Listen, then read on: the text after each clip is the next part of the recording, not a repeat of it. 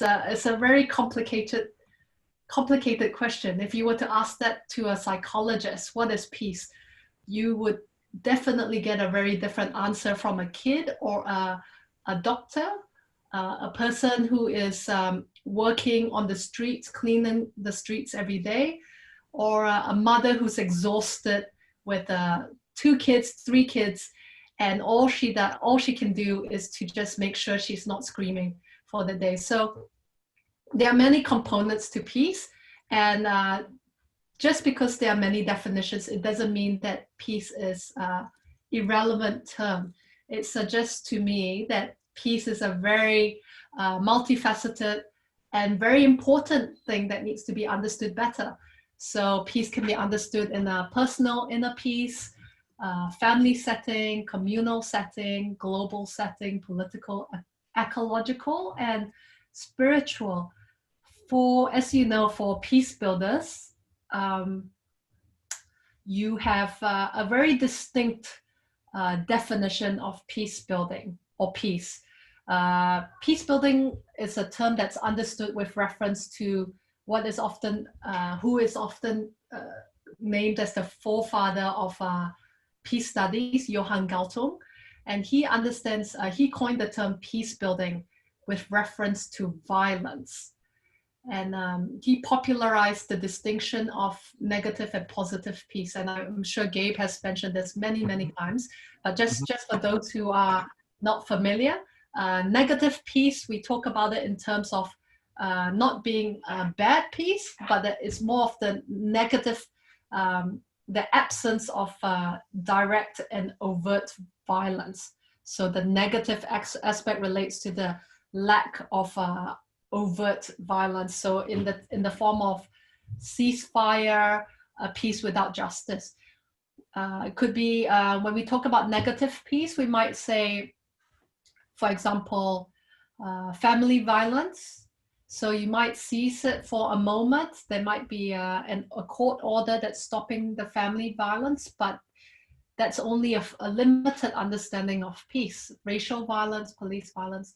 Then we talk about positive peace, and this is where peace builders are trying to move towards a form of positive peace, where we go beyond negative peace, where it's not just a ceasefire, but we are working towards building sustainable peace for justice for all. And the reason why we want to make sure that it's sustainable is that if it's not sustainable, then it's just as weak as negative peace. It's only for a short period.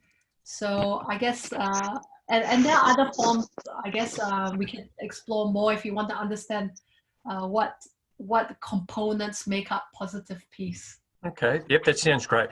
So if somebody wanted to learn more about peace, how do you study peace? Oh, well, as I mentioned, it's a very, very big topic. So so you mentioned, you heard my, I guess my professional career was very varied. So I started as a criminal lawyer, and I started as a defense lawyer until one of my clients stole my cell phone, and then I switched pretty quickly to prosecution. And from that perspective, as a lawyer, you would be able to learn about mediation if you were so minded, about alternative dispute resolution. If you were a psychologist, you could look into positive psychology. Architects for Peace would be looking at urban planning. How can you do urban planning or architecture that brings people together? So I guess peace building is a very wide term, and peace building essentially is about how do you bring people together rather than cause division. So the police invest a lot in learning about peace building in Melbourne. You can also be doctors for peace. You could be, there's a clown in Australia for peace, and there's a magician for peace. So it's about an attitude, I would say. Everyone can be a peace builder, especially parents. I would say that's the hardest role to do peace building successfully. It's probably the best training ground. Okay. So we've got peacemaking, peacekeeping, and peace buildings. What's the difference between each of those? Peacekeeping goes to the definition of negative peace. So peacekeeping is basically just a cessation of violence. So you're talking about the peacekeeping missions. Whereas peacemaking, and this depends, I guess, the nuances of these definitions might differ for some people, but essentially, largely people believe peacemaking is conflict settlement. So think in terms of divorce proceedings. The conflict is fixed and you're focused on the issue. It might be the children, it might be the property. It's focused on words and a very immediate issue. And it's seen as that's the obvious source of conflict.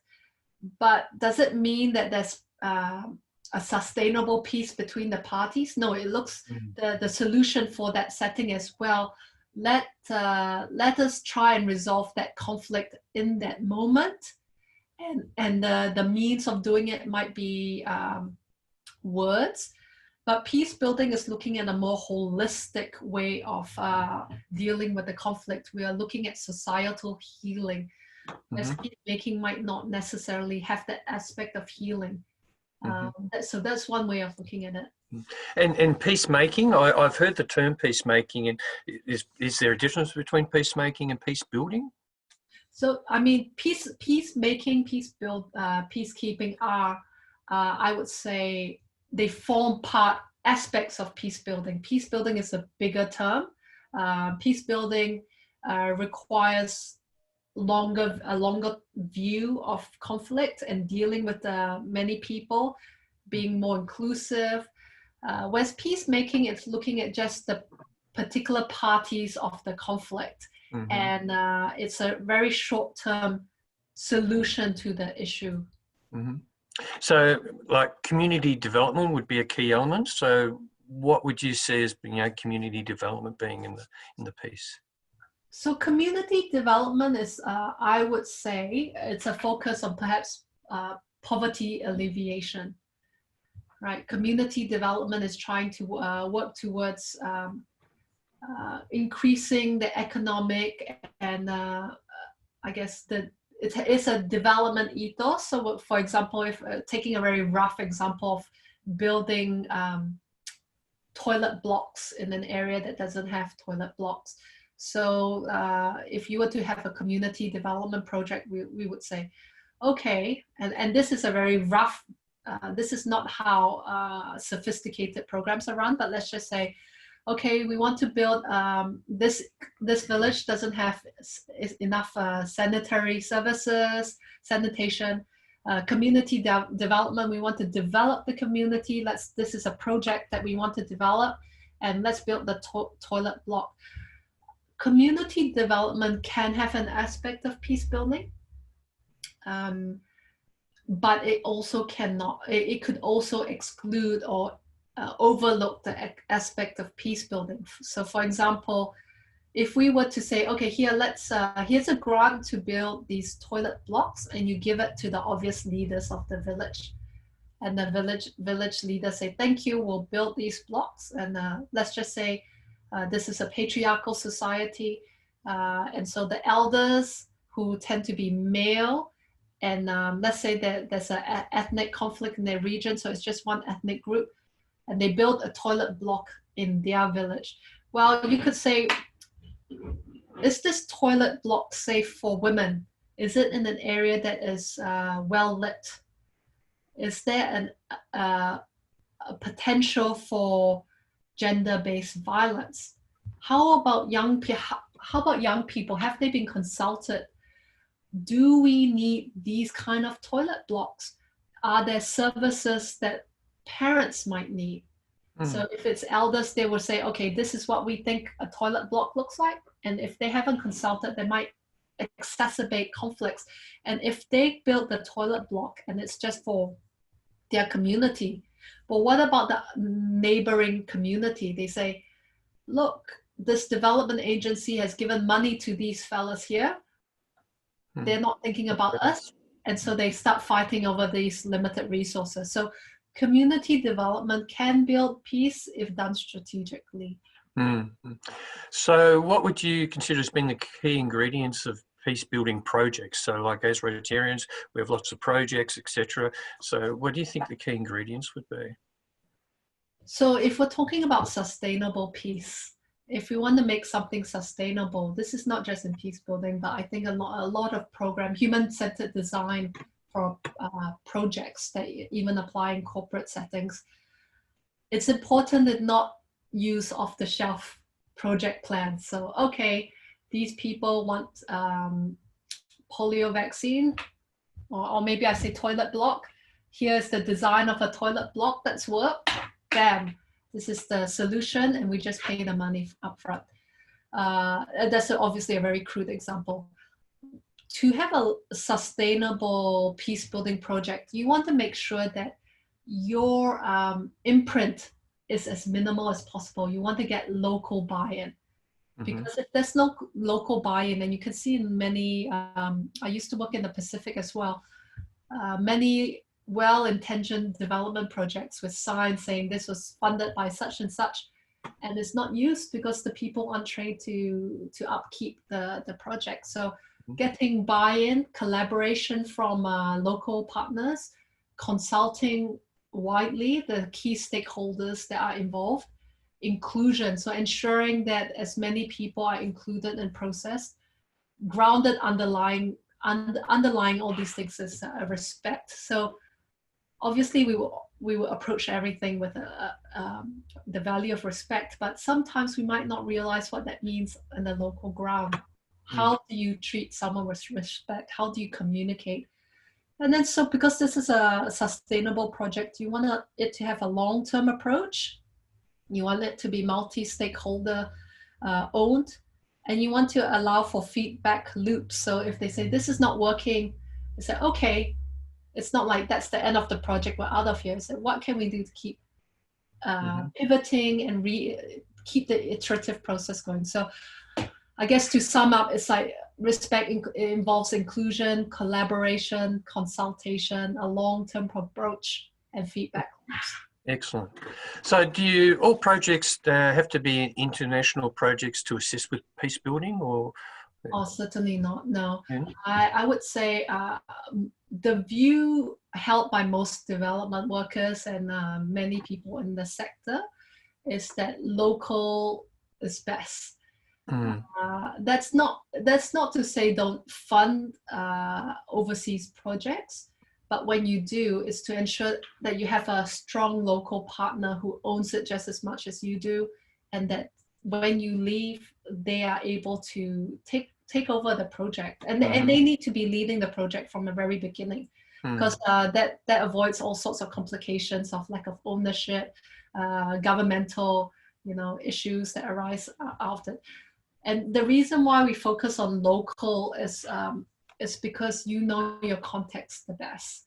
You don't know what you don't know when you go overseas. But when you do, it's not to say just because you're overseas that you don't. It means that rather than it being a short and sharp project, it needs to be consulted widely and ensure that the local peace partners on board. Okay, excellent.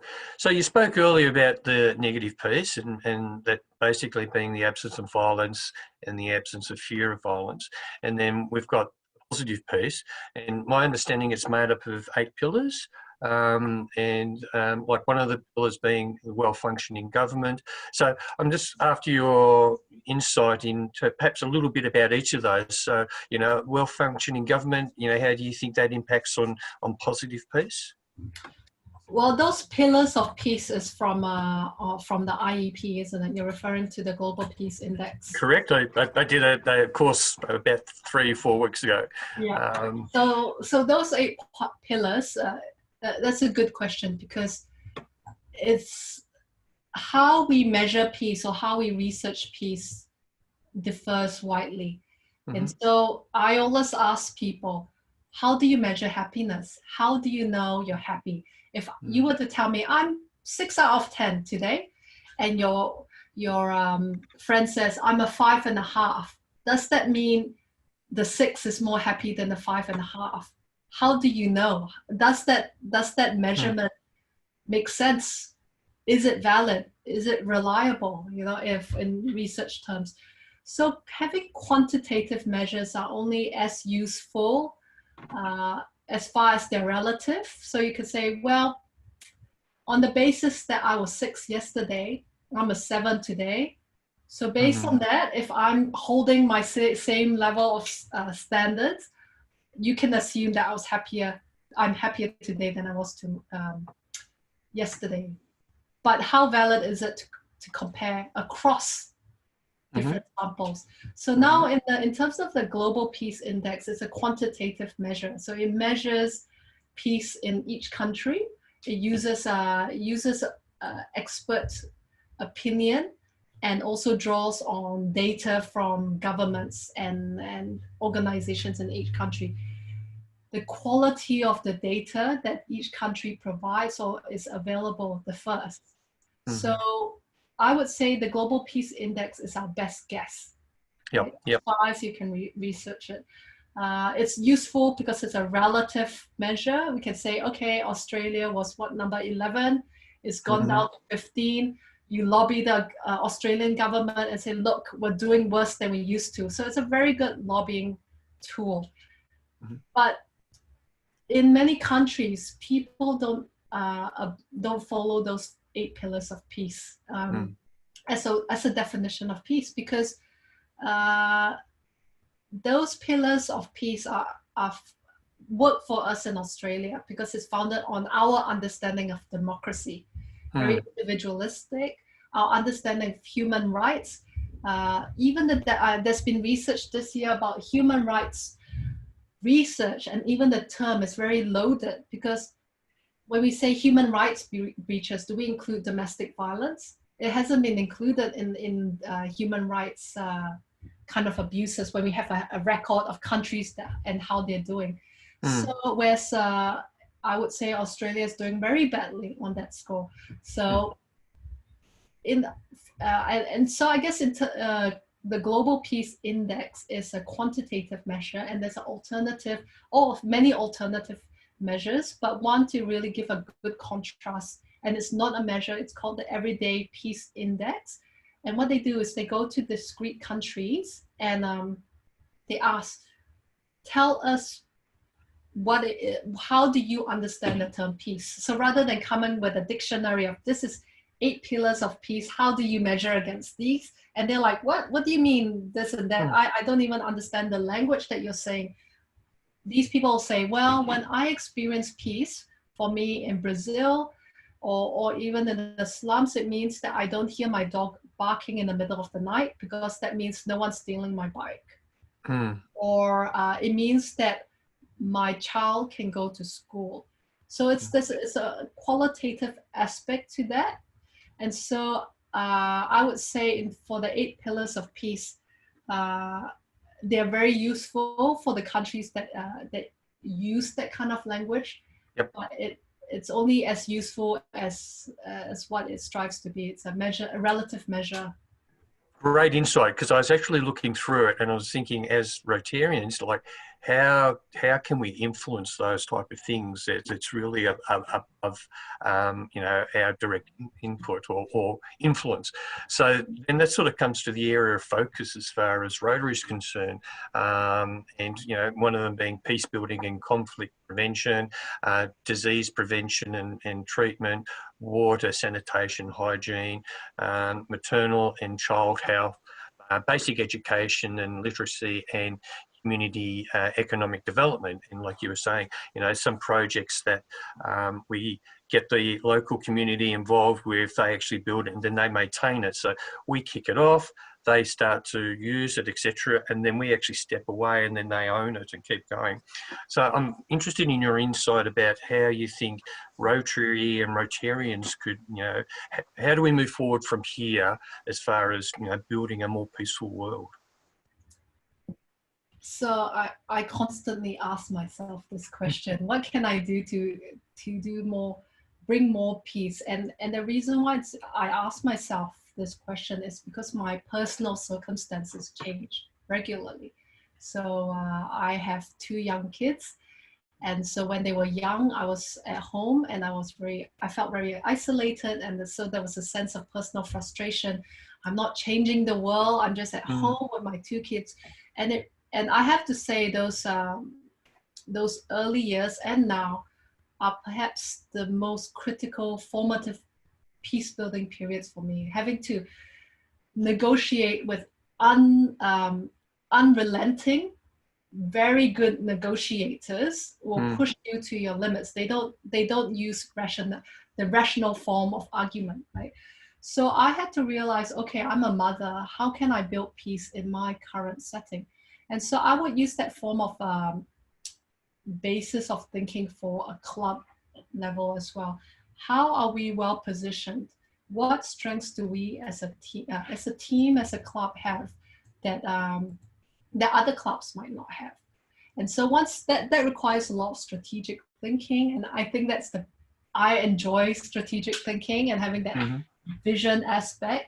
And so and I would embrace that element of really diving in. How can we as a club make a difference, and not just follow, okay, this is what Rotary Peace Building clubs do, but for example, if most of you are based in Melbourne, well, where are you based? Or no, you might choose, we're E-Club, we've got this experience that other Rotary clubs have not fully developed yet. How can we use that experience? So that's one thing.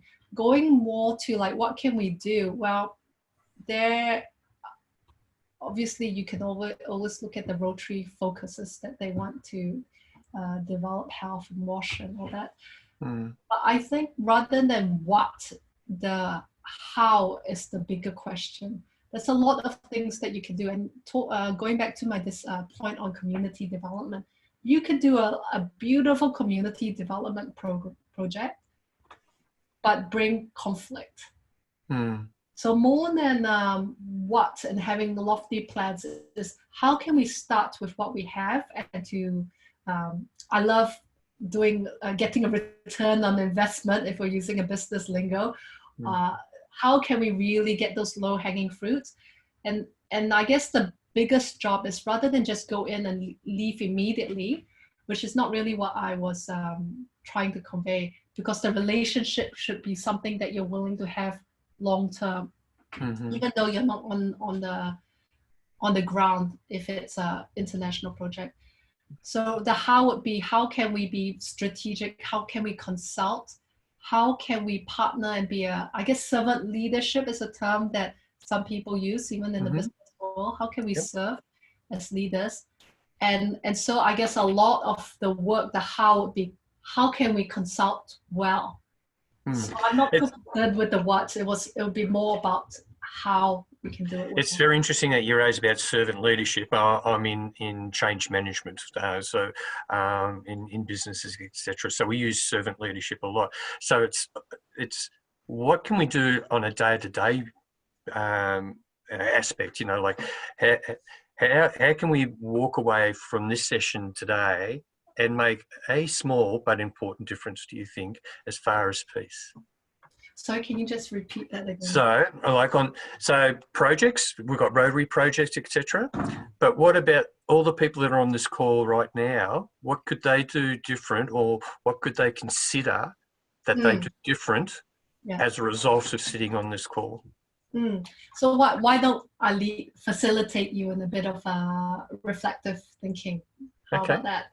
So why don't we all for a moment grab a piece of paper and think for a moment, firstly, what are some relationships in your life right now? So mind map it. I love mind mapping. So put your name in the middle of the page and draw some bubbles, names of people, and not just specific people, perhaps your social networks. So it could be a professional association.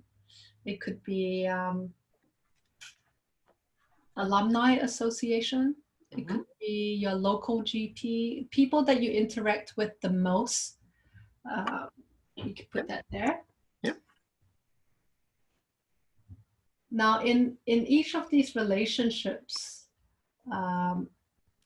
think about, are there conflicts, what are potential divisions in those relationships that arise often.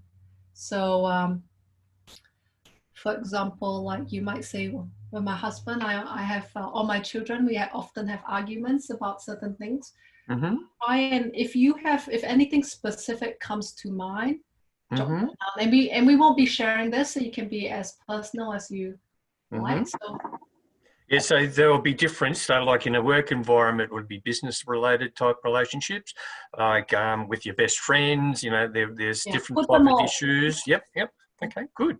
So once you've got those and you've got Yep. the conflicts arising, just as a context, you don't need to be. You can be as specific as you like. Mm-hmm. Later, this may be something that you can flesh out, so that you can do a bit more of idea generation.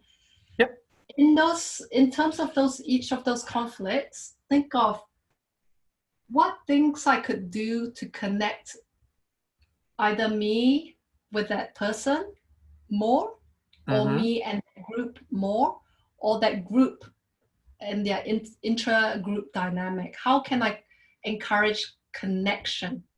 So you're talking about empathy, like being more empathetic about what? So it could be like, for example, like what can I do to encourage connection with my child? Okay, well, I might need to make sure I'm terrible. I'm working all the time, so I'm looking at my phone and the true Mm-hmm. story, and then so I'm not as focused with my child, and that creates a form of division sometimes. And the connection point could be, well, I need to create an hour in my day where I give my full attention with nothing. So how can I connect with that person better? If you're looking at a group, you could say, well, this group has, just to give you some examples of youth groups I've been working with, they meet regularly, some of these organizations, and they know each other by name. They know each other well as far as those professional connections go.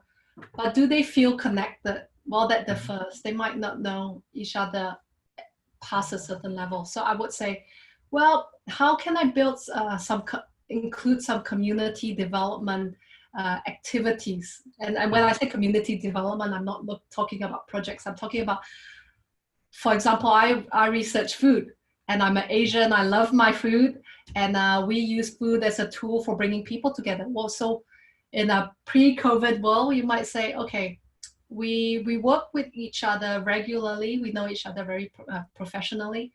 Why don't we have a family day where we really get to see the personal side of each other? How can we build those connections so that when we reinforce those kind of connections, when those moments of division arises, there's a reservoir of peace. Right.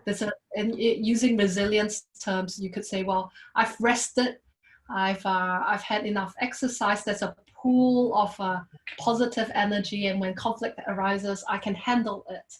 So that the same goes for that. So when you're looking at connection, you will say, well, what can create more connection in that setting?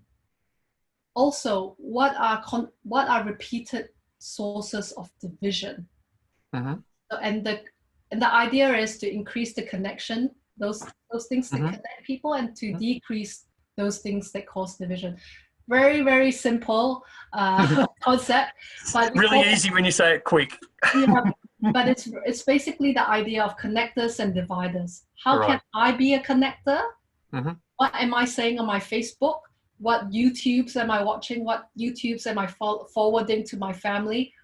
The people that I'm listening to, are they creating more sense of conflict in the setting, or are they saying, well, these are the issues, but let's approach it positively? So there's a difference, right? So it's trying to look for those opportunities for connection rather than division. Excellent. Thank you very much for that. I could chat to you about this stuff all day, but what I think I might do is I might stop there and just thank you again for taking part. Information has been most informative and most thought-provoking. Saxon, I might hand back over to you and see what questions we might have from the audience. Yes, absolutely. We've had a few questions come in, but feel free, anyone, to either type them in the group chat, or we'll start off with the ones that have come through on the forum. There was an early one up from Alison Sutherland saying, Elaine, you said you have a focus on youth also. Do you work with Patricia Schaefer and the New Generation Peace group? I've had email exchanges with Patricia, but I haven't been actively working with her, no. But she's a Rotary Peace Fellow. So she is in the loop, and as a co-chair of the next conference, so I'll be working with a lot of these people. Okay. Another question, I think from Gabe, was how can Rotary clubs engage with Peace Fellows to develop an actual peace project moving forward? I think many of the, as you might have gathered from my comments, a lot of the work isn't at the tail end of the project, it's at the beginning. It's not so much in the implementation, it's in the strategy, it's in the consultation, it's looking for the stakeholders. So I would encourage you to find Peace Fellows who can help you through that kind of thinking. How can we be more inclusive and how can we develop a project that suits or draws on our strengths? What are some areas that we might have to upskill on, and then maybe that's another area that we could get Peace Fellows to help provide a kind of capacity building. Peace Fellows are by and large keen to be involved. Many people have, I guess, as others have financial constraints, and so they won't be able to necessarily volunteer and everything. But this might be, if you're looking for particular consultants and all that, get a Rotary Peace Fellow to do it. They have the skills, they understand Rotary, they know what the ethos is about. So why not draw on their expertise?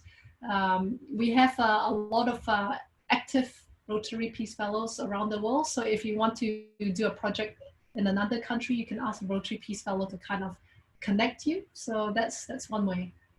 Sure, okay. Question from Grant Hocking. How can we improve the relationship with Rotary Peace Fellows, support them more and build that return on investment? Yeah, so how the sense I get from many people, and I wouldn't say this applies to you, is there is often a pressure from some Rotarians when they say return on investment. They have this desire for Rotary Peace Fellows to design or be involved in flashy NGOs or very high level positions in the government or in the police or whatnot. They want to be able to say, this is our Rotary Peace Fellow, look at them, they've done something so glamorous, they have been worth our investment. Peace building is not that. Peace building, it's about, as you mentioned just now, servant leadership. Servant leadership means in the background. It means building the capacity of the people around you so that they get the limelight. For example, when we're doing the Rotary Peace, the conference, we had an opportunity to have an interview with Penny Wong, and there was someone in our group who was like, oh, we would love to do it. But we thought this would be a great opportunity to give the limelight to a young peace builder. So we got this Afghan peace builder who recently won some awards, and we coached her and said, you can do this. This is going to be so awesome. She's just finished high school. So imagine having that on her CV, you know, and saying, look, I did this. I interviewed Penny Wong. So as much as it will be tempting to build up our own CV and look glamorous, it really is about serving. So if you want to support Peace Fellows, I guess it's looking past the obvious big shiny cases and to see, well, I see that Peace Fellows are doing things all around the world in every sectors of society. How can we maybe build a relationship with them and say, hey, we're keen to help you? A lot of them are doing this for selfless reasons, so they might do this for a lower paid job than they might have previously been able to get. So I had a lovely job with the Foreign Affairs in New Zealand, and it was, and I could have stayed there. If I was a defense lawyer or criminal prosecutor, I could have been a judge. And they said, why don't you go down this judge route? But that's not who I am. That peace building is my heart, right? So often peace building doesn't get you paid. I'm yet to be paid for all the trainings and the talks often that I give. But this is our bread and butter, right? Yeah. So I guess for Rotarians, maybe seeing whether if you really want to support, say why don't we bring forth district conferences, facilitators, or people to do certain things that we think are of value, or to do a capacity building, and let's pay them. If we charge all these fees for these events, why don't we assign a little bit, even if it's an honorarium, it means a lot to them. So I think for many peace builders, the financial constraints often inhibit them from doing more. So I would say, I mean, obviously that might not be a lovely answer for many who feel like, well, we've invested in these Rotary Peace Fellows, but they're doing what they're doing, and I guess a little bit of support and encouragement will help them perhaps do more. Yeah, okay, good answer. And if we've got some time after some of the other questions, Grant might wish to expand on that one. I've got a question from Murray, but I'll come back to that, Murray, because I'll invite you to have a chat at the end about the April Peace Symposium. There's a question from Rotary Wyndham Harbour. They're running a peace essay competition for grade 5 and 6 primary school students. What does peace mean to you, internal and external? The question, I guess, is that too young an age for children to think about this? And do you have any tips on how they could work on that essay? Oh, it's never too young. And it might be challenging on what you do. I just presented to my daughter's 5-year-old prep class over Zoom on peace. It was challenging. Yeah. And my daughter walked off in the middle of the session. But everyone else, all the other kids were very engaged, which was good. And we had a great conversation for those who were at the level who are to talk at this thing. Sometimes I read books on children's books that have a very good theme about, might not use the word peace, but it inculcates certain values that work towards peace. 5 and 6 are definitely not young. I gave a talk, a workshop with some year 6s on sustainable development goals on peace and the rule of law and inclusion, and we had a great chat. So I think your question about what does peace mean to you, internal and external, is great. They might require a little prodding. You might want to say, run a little session before about what peace might be to them. You might also want to investigate using more than just words. How about drawings? Can they submit drawings of what peace means to them? Not everyone is able to articulate using words, and sometimes words are restraining. How about photos? They could send in photos, they could send in pictures, they could do a dance. So you can make it creative, make it fun for them. They've learned to use their parents' smartphones since they were born. They could probably send in a little video, and you'll need to get their parents to sign a consent form. But other than that, I think you can be very creative with that. Lots of good ideas there. A question from Michael Raby, who said there's a statement out there that if there is to be peace between nations, there must be peace between cities, and peace between cities, there must be peace between neighbours, and if there is to be peace between neighbours, there must be peace in the home. And if there's to be peace in the home, there must be peace in the heart. How do you see this statement sitting with peace building? And it's used by the Rotary Peace Poll Project, has buy-in with this. How do you see it fitting with your notion of peace building? Michael's absolutely right. Yeah, you need peace in all areas, but it means that we need to approach it on all levels at the same time. It means that changing your heart or cleaning your heart of all the muck is a daily exercise. I mean, it's painful. You learn to be a peaceful person by saying sorry. I mean, everyone knows that it's such a hard thing to do, right? Yeah. And saying, I'm so sorry. and I'm sorry because of this. It starts there, admitting you're wrong. But also at work, we can, those who are in a position of power and privilege, you can start mentoring people and saying, I might have led in this way, but I've realized that, it's possible to lead in a better way. Or let's say in our association of such and such, have we thought about what we are doing? How is it creating connection? Have we thought about how this might be inadvertently creating division? So now there's a program that called the Intercultural Cities program, started by the Council of Europe, and Melbourne, I think Ballarat is a city, intercultural city, where they're working on aspects of dealing with difference.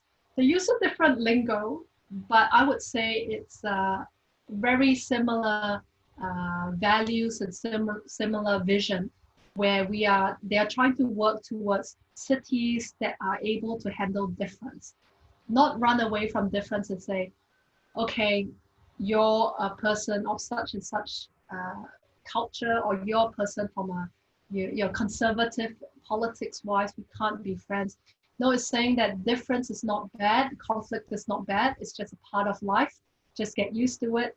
If you're married or have kids, that's a part of life. So rather than running away from conflict, it's embracing it and saying, what opportunities can we take from this? How can we shift it so that it doesn't lead to more violence, even in a personal setting, or through violence in words, towards how can we move towards growth? So in the same way, in the Intercultural Cities program, it's like, well, how can we work with difference, not as a deficit, but as a strength?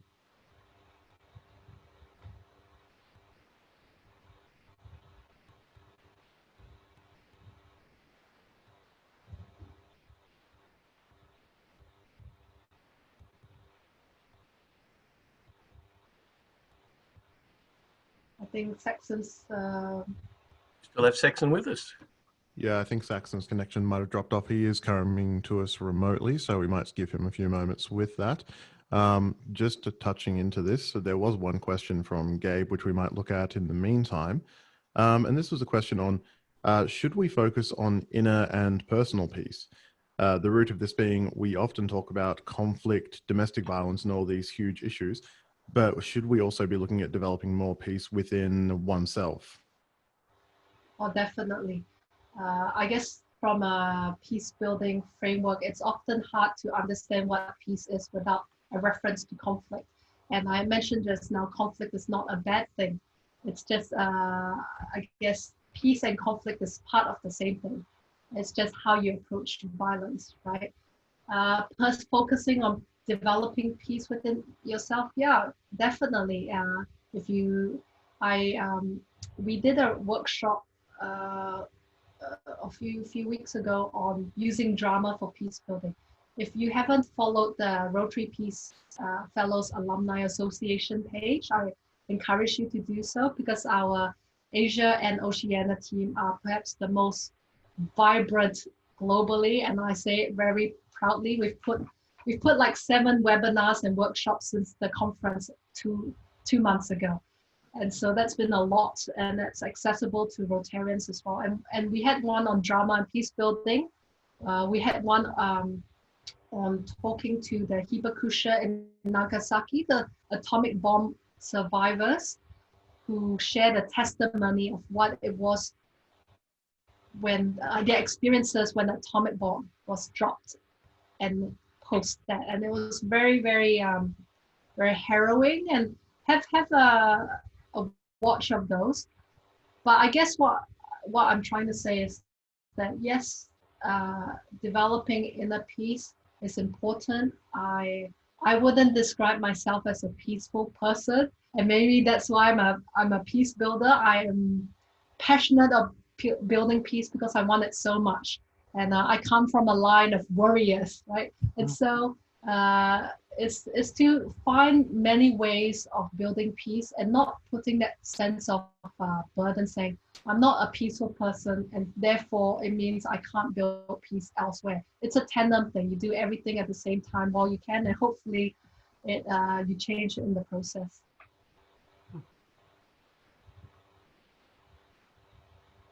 Absolutely. Thank you very much for that. Saxon, are you back with us? I am. Sorry, I had the laptop blue screen of death there for a second. So I'm on the phone. Murray Verso, if we can unmute. Murray had a question and wanted to talk about the April Peace Symposium. Murray, have you got a moment? Sure, thanks, Saxon. Thanks for giving me the opportunity. My question, actually, Elaine's already partly answered. Was to do with how young do we start in terms of getting people to think about peace building. Because I was aware that Elaine was doing things with primary school aged children. I was very impressed on Monday of this week. My grandkids, 2 and a 5-year-old, at their childcare centre, they celebrated the International Day of Peace. Mm. And they got these kids to talk about what peace meant to them. And it meant things like not pushing, loving your mum, sharing. I was quite surprised at these reactions. And then they got them to do a mindfulness exercise. They got them to do drawings on peace. So I thought that was wonderful. And I thought, you know, if they're doing that in preschools, hopefully more and more they're doing it at schools. So I don't know whether Elaine wants to comment on that before I mention the conference. No, I think it's a great movement. I would even say the teachers do a great job on teaching. Is it growing, Elaine? Is it more and more schools? And yeah, I would say so. Primary schools, I'm not sure how prevalent in high school. So one of my projects that I'm working towards is creating an organization that teaches people how to teach, how to train young people in peace. And also, one of my dreams is to do more capacity building for young people. I've experimented with many kind of methods in my research as a way of, I guess, communication as well. So it starts young, and I'm passionate about this area. And I'm sure this is something we can all do in our families. But another point I would say is it's starting young, and we need to move towards, as they get older, it's not so much what does peace mean to you, because there will be a multiple definition, that it's an endless definition of what is peace to you. It's like we need to move towards how can we build peace sustainably.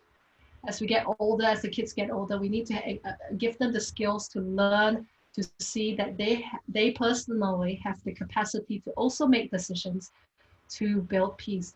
And as we go older, it's like asking them more thought-provoking questions. Well, what about the historical violence in Australia? Have you got any Indigenous friends? Why haven't you gotten Indigenous friends? You not having any Indigenous friends is a sign of the violence itself. What can we do to encourage the school to start making movements to help change the culture of violence that we have in Australia? It's also saying, well, what can we do in our professional workplace at a strategic level, not just asking people to think about what is peace, but what steps can we make to make this place have a reservoir of sustainable peace. Yeah, good little actions to take, and just need the conduit often to make those connections in the community. Did anyone else, I'm not sure if I missed any, did anyone else have any questions, Murray? Oh, no, I just wanted to mention the peace conference. Oh, go for it. Sorry, yes. Yeah. Look, it's just, we haven't promoted this yet, but as part of the centenary of this Rotary in Australia, there will be a major peace conference next April.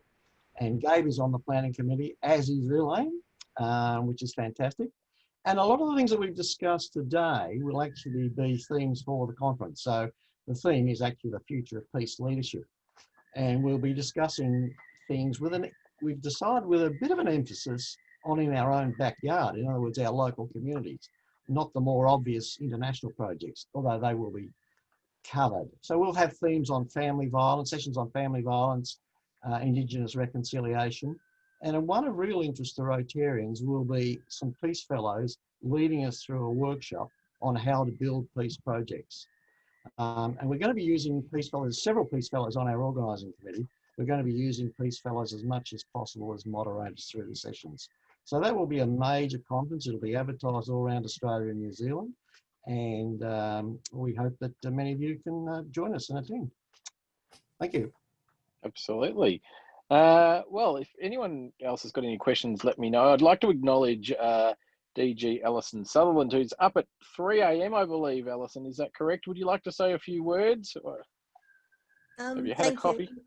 It's not 3, it's better than that. So I'm in Cardiff, Wales, not New South Wales, but in the UK.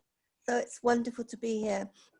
And Gabe will have told you that he's been coming on to loads of meetings that we've been doing with Chat with the Chair recently.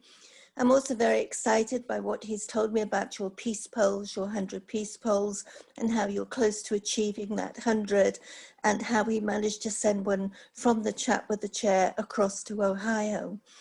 We in the RAG are very much promoting Peacebuilder clubs because it sits within the structure of Rotary. So, you know, in the clubs you have teams on International Home Foundation, etc. So we're asking each club to have a team on peace made up of 2 members of the club. Look for areas of peace in what they're already doing. And Elaine's referred to that when she talked about development. You can't do one area without considering another, without creating some kind of disharmony.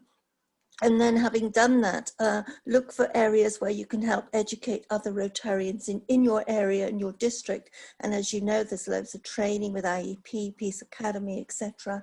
And then in doing that, create a role on district, again, similar to what already exists, not in addition and not in competition with the RI district, peace districts, which put 25,000 into peace centres. But so that that person can then promote the area of focus of peace and perhaps promulgate more global grants on peace. Because one of the reasons perhaps why we haven't had so many global grants in the past is because it's, I know when I started this years ago, it seemed like a passing cloud. It took me a long time to actually start realizing there's something tangible here. And it's as long as it is wide. But it's, there's so much help available now to putting grants together. And so we very much advocate that, and there is no cost to it. And then obviously start connecting with other Peacebuilder clubs at home and overseas, etc. And maybe a little further down the line, something else we're now piloting are chapters. So it's will be based on country, and obviously your country probably need more than one because it's rather big, especially compared to where I am. But the idea is that with a chapter, it's a bit like, I think the RAG is the head office, and then you have regional chapters, and they look to the regional needs because they speak the regional languages, they know what the passion is, etc. And we see that as a way forward. So currently we're piloting 4 of those, and we're promoting peace conferences and so on. The only thing I would say with peace conferences, I think all of them should have an output, because people get fed up of talking shops and eventually they want action. But from what I'm seeing and hearing on your call and what I hear from Gabe, you're taking action. So thank you for that. And I encourage you to do that. If you want more help, contact us on the RAG. We can put you in touch with Peace Fellows if you have conferences or projects, etc. And if we don't know the answer, we will find the answer for you. So we're there as a resource to support you, and we just thank you for all that you're doing. Thank you. Thank you, Alison. Thank you for that. And we probably don't have time now, but certainly on our Facebook page is a video of the peace polls, which is a great video put together by Belinda's school and up there in Brisbane. So that's a good watch. Well, look, a couple of minutes to go. I'd like to thank Richard for the questions. Thank you very much, Elaine. And I will hand over to President Jenny, to close the meeting. Thanks, Saxon. And I echo all that's already been said. It's been a wonderful presentation. Thank you, Elaine. I've learnt a lot. I've made lots of notes here, so I've really enjoyed the presentation. Thank you to everybody who've come, particularly those who have got out of bed at some unearthly hour of the morning or in the middle of the night or whenever.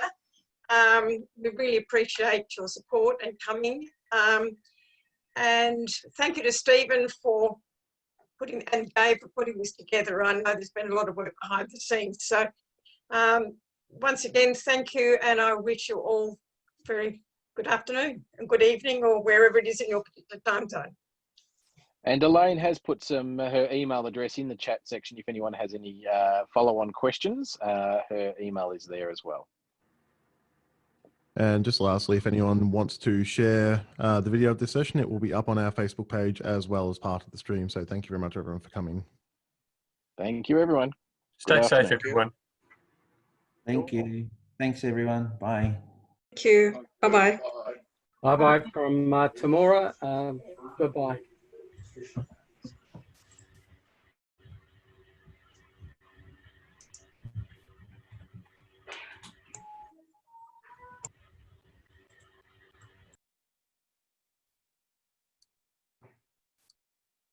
That went really well. Are we playing the video or not? Oh, I've got it playing on the stream.